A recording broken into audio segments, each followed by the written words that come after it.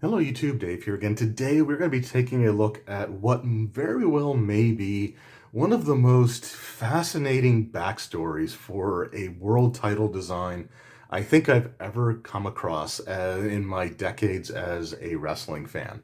The origins of this belt involve Pizza Hut, $25,000, and a Roman gladiator named Spartacus.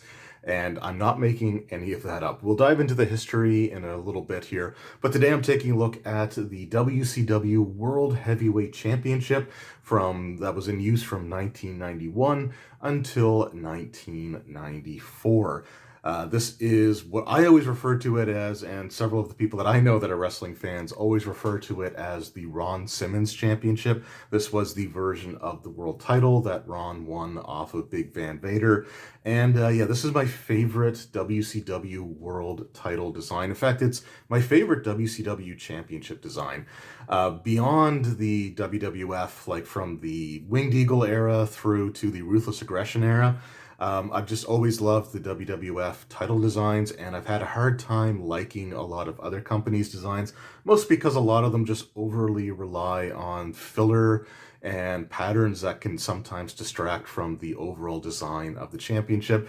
And I was just never a huge fan of a lot of the WCW title designs, but this is one that I absolutely loved. So, like I said, we're going to talk a little bit about the history once we do the overview of the belt, as well as compare it to another famous world title that would have been in use at the same time as this particular championship, made by the same man, the legendary Reggie Parks. So let's start with the belt bag itself. It's a nice blue velvet belt bag, and it has the WCW World Heavyweight Championship lettering here. It does give you the time period that this was in use for. And what's interesting about this is the lettering is actually kind of a bit of a rougher texture to it than the lettering that you normally find on things like the blue Big Eagle or some of the other WWE belt bags. I'm not entirely sure why that is. It's fine. Like, I actually kind of like it. But the texture on the painting here, the lettering on the belt bag is a little bit more texturous, I guess you could say, than the other ones. But the belt itself, again, it's a nice velvet or suede belt bag. Feels really good, and yeah, I love these. I love these blue belt bags. But let's take a look at the actual championship itself. And here we have it. We're going to start with an overview of the title itself, going from the left side with the male snaps over to the gold tip on the end with the female snaps. So here we just have the strap itself. This is the stock WWE shop strap, but it's one of the nicer ones. This was around the time that they started getting a lot better with their straps and their flexibility. It's still, this, I just got this today, so it's not like broken in at all. It's never going to be as floppy as like real leather, but it's nowhere near as stiff as some of the other belts that I've had in my collection. So it's a pretty decent strap. There's no stitching on it or anything like that, which is, again, also kind of nice to have. And you can see it is a 2x8 snap set here. Now, the snap box itself is untextured. It is completely smooth and flat. No texturing on it, which is technically an inaccuracy because Reggie Parks did have a very distinctive style that he had for his snap boxes, which we'll get a look at here in a little bit. But I like the smooth snap box, if I could be completely totally honest. I do eventually want to get into leatherworking and making straps for replica belts. And one of the things, if I'm making them for myself, most of them are probably going to be just the smooth, untextured snap boxes, because that's, kind of what I like. We do have the outer side plates here, and the side plate shapes are very similar to another championship that we're going to be taking a look at. A lot of people have said, and I see this a lot, that this is a knockoff of the Winged Eagle Championship, and it's not a knockoff because they're both made by the same person, and the only real similarity that they have is the fact that the side plates have the same shape, but the details, the design elements on all of the plates are completely different. So we'll do a comparison here in a little bit, but yeah, it was made by the same person. And to be fair, in the defense of this title, it did have to be designed in a relatively short period of time. But the side plate itself, again, looks really, really nice. The sunburst pattern, again, is a very like world champion kind of a regal look to it. And what you have is the WCW logo at the top there. You do have 4 stars on the side of a laurel wreath. And inside of the wreath is a pair of wrestlers with one locking the other in a headlock. And he is positioned in such a way that his body and the head that he has in the headlock is pointed towards the center plate. The inner side plate, again, has the sunburst pattern to it with the WCW logo and a scaled down version of the globe that we will find here on the center plate, but we're going to focus on the center plate a little bit further into the video. Going on the other side, we have the same thing, the same inner side plate with the same orientation of the globe.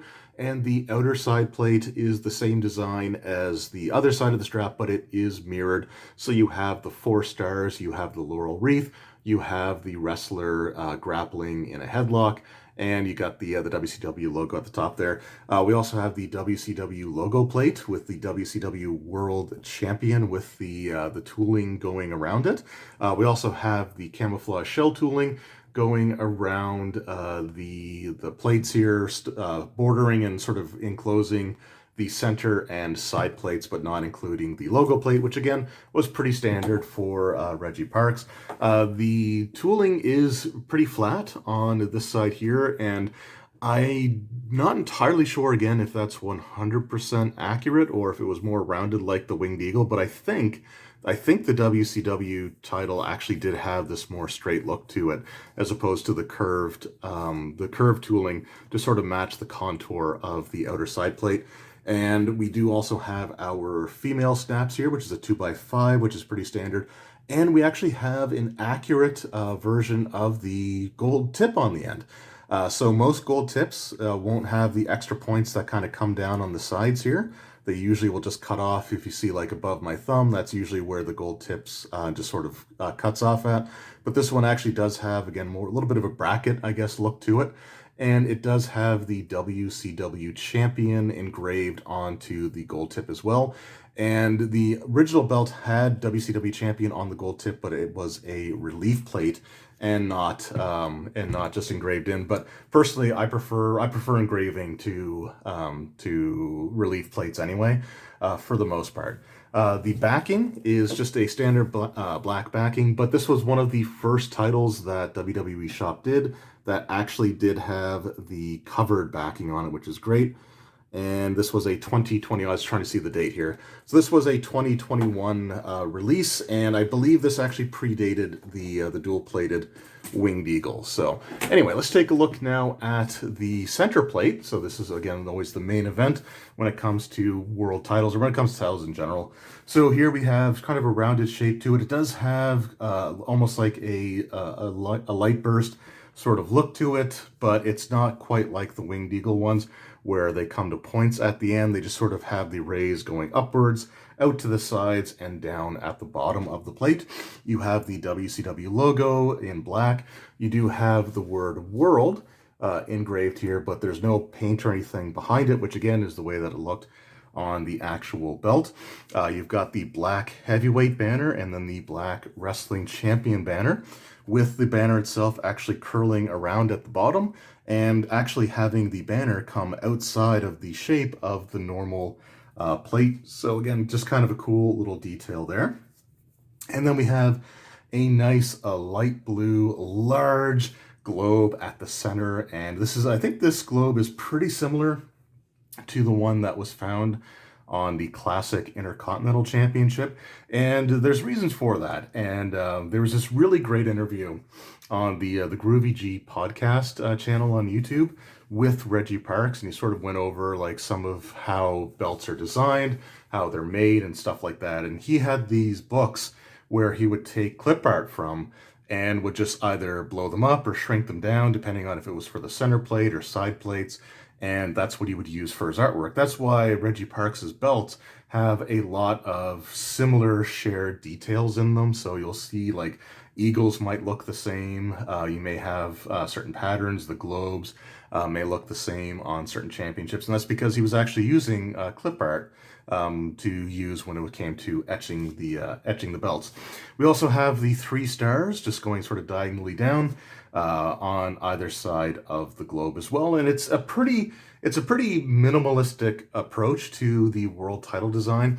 But again, that's one of the things that I really like about Reggie Parks's designs, is the fact that he just let the design elements really speak for themselves and didn't feel the need to have to fill every single square centimeter of the plate with details. It's one of the reasons that I don't like the big gold belt, is because to me, it's just all filler, and it's a huge plate with the design elements ridiculously, disproportionately small compared to the size of the center plate, and you just lose a lot of the detail in just how much filler there is. So with Reggie's designs, they were always, again, a little bit more minimalistic. They always had more just sort of blank space on the plates, but I always appreciate that because you just get to see the actual design elements. Now, if you weren't around and watching WCW in the early to mid 90s, or if your only exposure to this particular championship is through like the WWE video games or certain bootlegs, or even I think the earliest replica of this belt, you may notice that this is an all gold plated belt.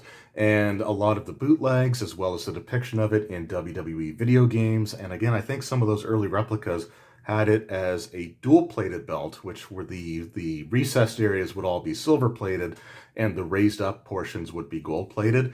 And that's not the way that the actual belt looked. This is a much more accurate depiction of the championship than a lot of those replicas or bootlegs, or like I said, even the way that it looks in the video games. And I'm not entirely sure why. I think it might due to the fact that the belt got pretty rough looking in a relatively short period of time. I don't think it was necessarily treated the best.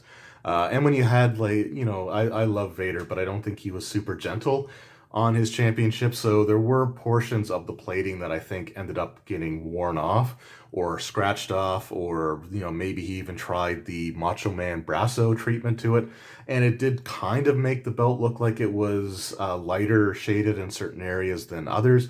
But this was always an all gold belt, so I really appreciate the fact that this is, again, accurate to the way that the belt should be. And even in like WWE 2K22, the most recent video game, the WCW Championship is dual plated. So I was really worried when they first announced that they were doing this version of the championship as a replica, that it was going to be dual plated, but thankfully they got all the design elements right. These are, I believe, 5mm plates, so they are nice and thick, and there is a fairly modest curve to the center plate, but again, it doesn't really need a, see if I can get a good look at it here. It doesn't really need to be heavily curved, because again, it's a smaller center plate, so if it's too curved, then it's just gonna look, wrong, and like you can still get, I can still get, up to my knuckles slid underneath the curve of the plate here. So it's got just a nice, again, very proportional, slight curve that doesn't make the belt look like it's an oval. It actually does have sort of the proper look to it. So now that we've sort of looked over the details of the replica, I want to go a little bit into the history of this championship, because, like I said, this is probably one of the more fascinating backstories to a world title design. So in the early 90s, like 1990, 91, through some of the late 80s, WCW was part of like Georgia, I think it was Georgia Championship Wrestling, Jim Crockett Promotions, and was part of the National Wrestling Alliance, which was a network of promotions, regional promotions, that sort of had this one like oversight committee that would do like booking the world champion and things along those lines. In the early 90s, Ric Flair was the NWA World Champion, and he was carrying the big gold belt. Now, because Ric Flair is Ric Flair, and he is very prone to losing things, and because the NWA championship committee would want to make sure that whoever they picked as champion would be serious enough about it, They had the champion pay a deposit in order to actually take physical possession of the title belt. And Ric Flair ended up paying a $25,000 deposit to the NWA so that he could carry the belt around with him and be the world champion. I don't know if it was a $25,000 deposit for everyone or if there was a Ric Flair tax added onto it because he was notorious for having things either giving things away when he was celebrating after an event, or having his room broken into, or even having romantic partners at the end of relationships taking things from him. So he ended up putting down a $25,000 deposit. Now, around the time that this happened, Georgia Championship Wrestling, Jim Crockett Promotions, was bought by Ted Turner and became just World Championship Wrestling. World Championship Wrestling was actually originally just the name of a wrestling program that Georgia Championship Wrestling was the content provider for. There was the famous, was a Black Saturday, where Vince McMahon had actually taken over that time slot. So there is video of Vince McMahon in front of a WCW backdrop, a World Championship Wrestling backdrop, promoting the World Wrestling Federation. It's crazy stuff.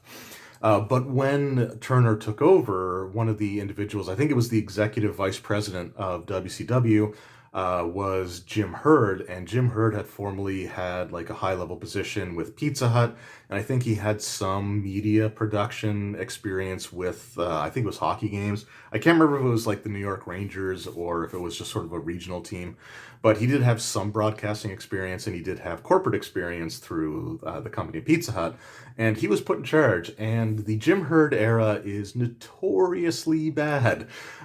He had, one of his most infamous creations was the tag team of Ding and Dong, the Ding Dongs, who came out. They were like fully covered in like a bodysuit and a mask. One was Ding, the other was Dong, and they had this like, little silver bell on a pole that would be in their corners, and they would ring the bell to communicate. It was pretty awful. But one of the things, Jim Herd did not like Ric Flair. He didn't want Ric Flair to represent the company.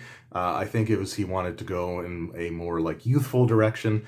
And at one point, he had famously asked Ric Flair to shave his head and become a Roman gladiator character by the name of Spartacus. So all of those things that sounded ridiculous to be a factor in a world title at the beginning of the video, that's how they're all connected. Ric Flair obviously was not into that. He wasn't interested. He left WCW over those creative differences. However, when he demanded to have his deposit money returned to him for the big gold belt, Jim Herd refused.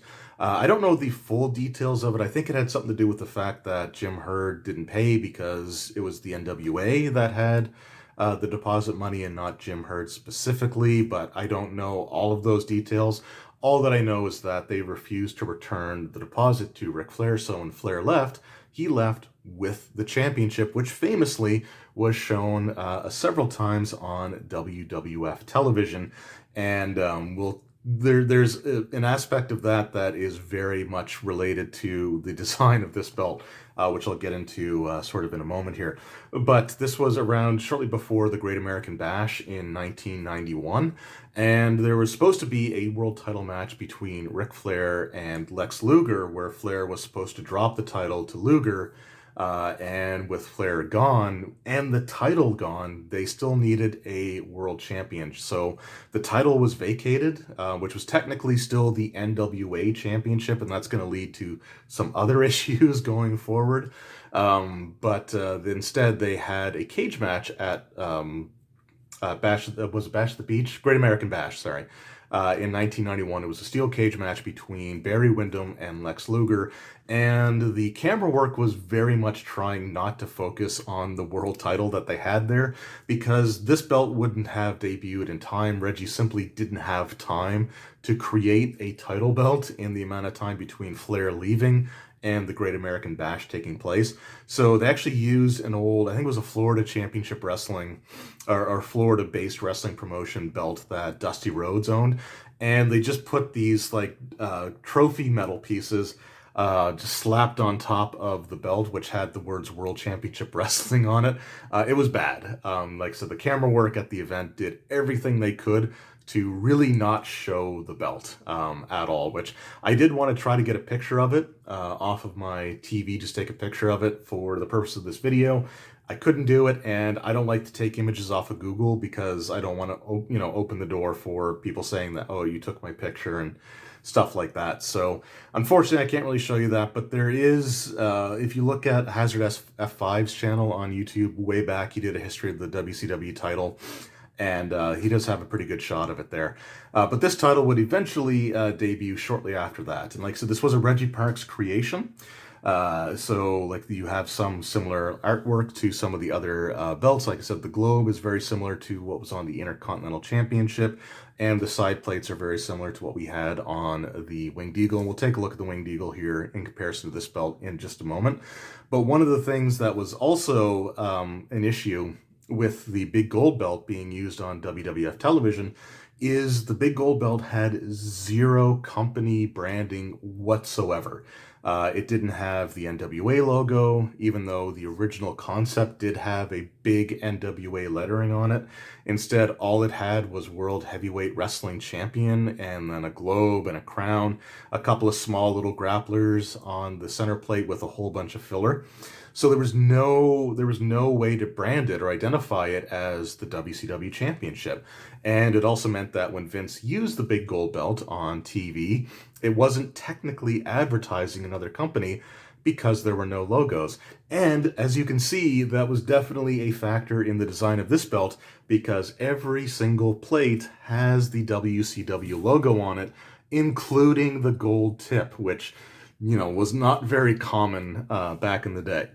Some gold tips might have the wrestler's name on it, on a relief plate, but I don't think any of like the WWF titles that had gold tips on them, I don't think any of them had like world, WWF champion or anything like that on them. So this belt was full of WCW logos to kind of prevent that.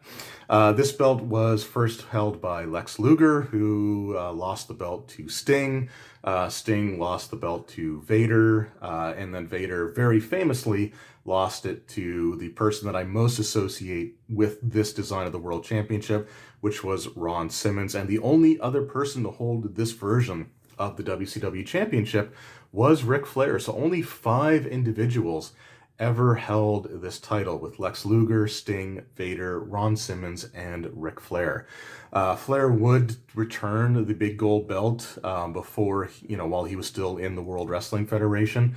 However, because this was the WCW Championship and was branded as WCW, this remained as the WCW World Championship, and for a while, the big gold belt was being recognized as the NWA Championship. However, when WCW severed ties with the NWA, they renamed the big gold belt to the International Heavyweight Wrestling Championship, and it was eventually unified with this version of the WCW title, and this belt disappeared in 1994 after Flair unified it with the International Championship, and they just started using nothing but the big gold belt. So a very short time span for this title, and it's a bit of a shame because, like I said, I actually really love this design.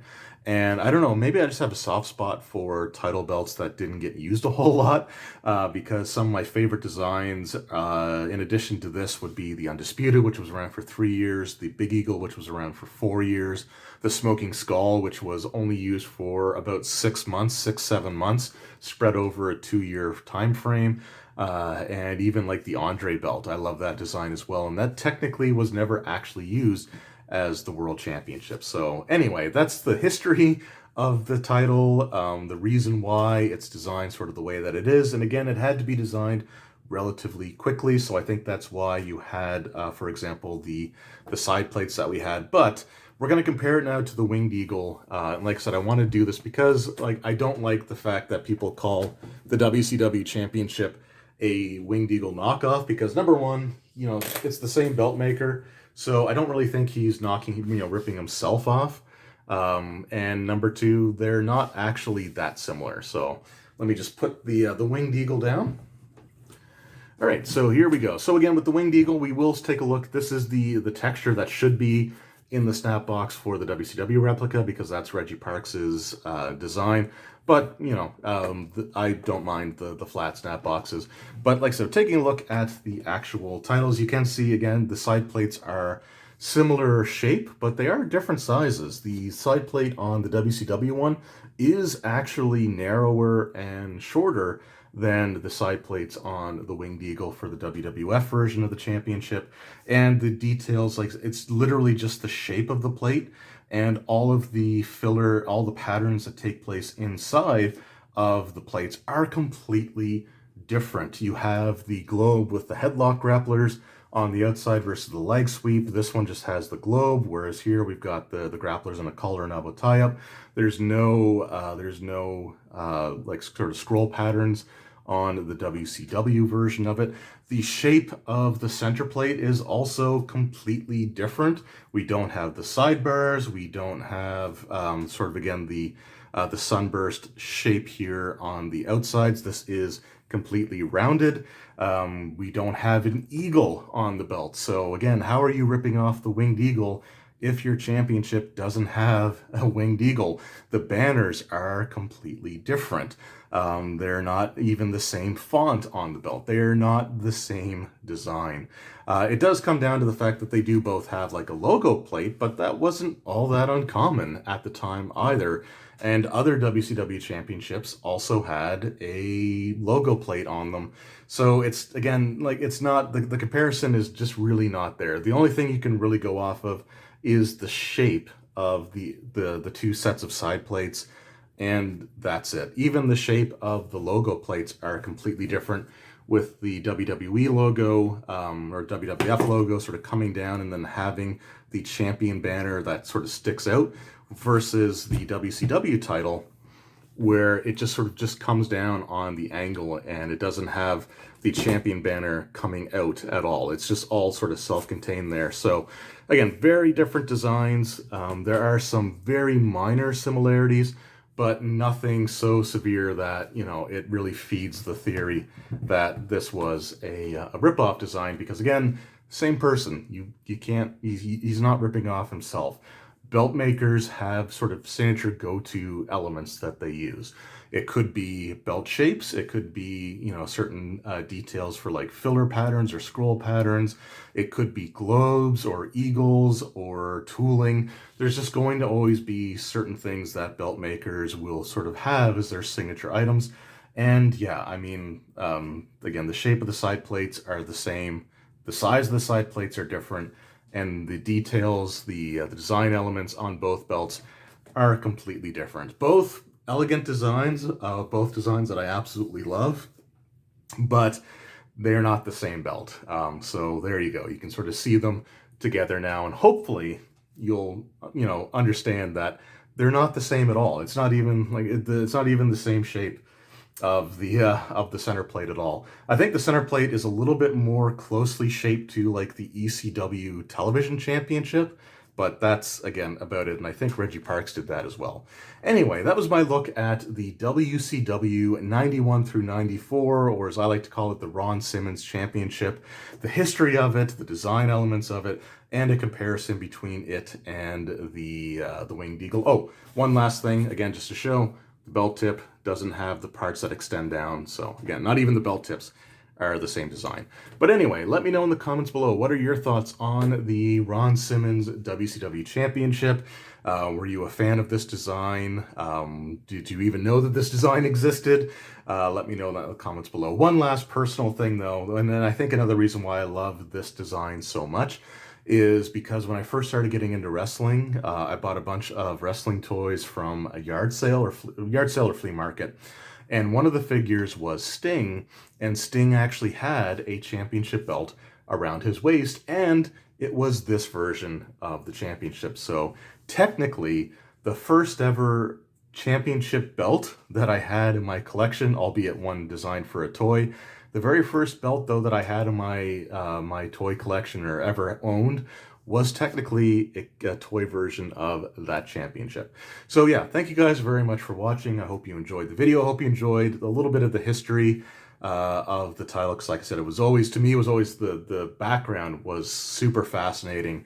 And the background, again, means a lot to me as well. Like, it's something that once I know the reason behind, like, the creation of this belt, it becomes a lot more interesting to me. And I don't know, I like the design. So it's one of my favorite belts. When I first set out to get into belt collecting, it was one of the 5 belts that I really wanted to have in my collection. It was the Undisputed, it was the Big Eagle, the Intercontinental Championship, the Classic Intercontinental title, the European title, and this WCW Championship. Those were like the first 5, or those like the top 5 belts that I wanted to have. I technically have all 5 of those belts now in my collection, plus a few more, and this is kind of the penultimate belt that I'm really looking to add to my collection. The only other thing left to do is to get a WWE Classic tag, which will probably be something I'm hoping to do in the next few months. But yeah, anyway, thank you guys again very much for watching. I hope you enjoyed, and I will see you all next time. Until then, take care.